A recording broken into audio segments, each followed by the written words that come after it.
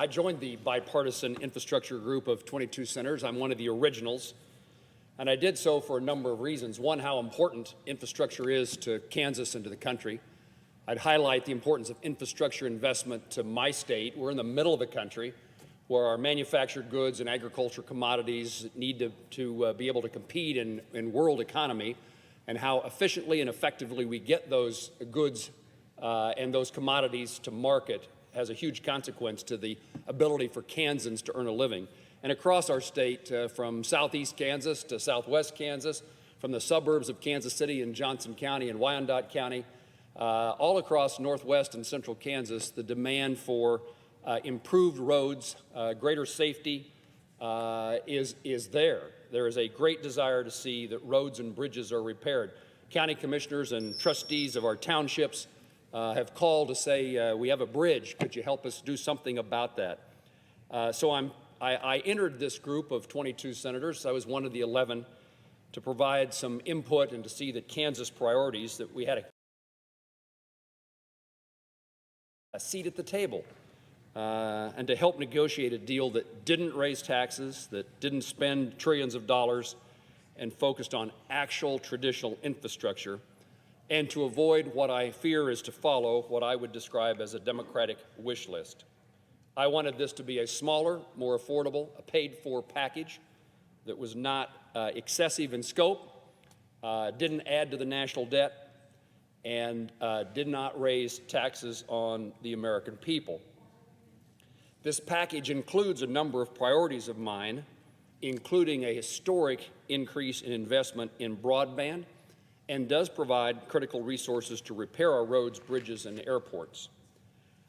So, desire for a seat at the table, a desire to invest in infrastructure, and I also would add a desire to see that the United States Senate, Republicans and Democrats, can work together for a beneficial product to the American people. However, from the very beginning, I outlined criteria that would be needed to be met for my support on any final outcome of the negotiations. My priority was that the bill be paid for and therefore not raise the national debt. Half of the new spending in this bill is not offset with reduced spending or increases in non-tax revenues. The Congressional Budget Office scores this bill as adding $250 billion to the national debt. My view has been from the beginning, if we can only find offsets to pay for a certain amount, in this case about a half of the increased spending included in this bill, then the size of our bill should be half of what it is. If you can only find a way to pay for half of what you're spending, then spend less money. Spend half as much less money. That, of course, was not the outcome of these negotiations. Additionally, I'd hoped that this bipartisan plan would dissuade Democrats from pursuing their own partisan $3.5 trillion tax and spend spree. The Democratic plan to immediately follow this bipartisan infrastructure bill with their own spending bill significantly undermines the bipartisan effort to deliver a good outcome for the people of this country. I had hoped that if we reached a bipartisan agreement, in fact, I had hoped that bipartisan agreement would be reached among the 22 senators. But pretty early in the negotiations, it became clear that there was a significant input and direction from the Biden administration and from the majority leader, the Democratic majority leader in the United States Senate.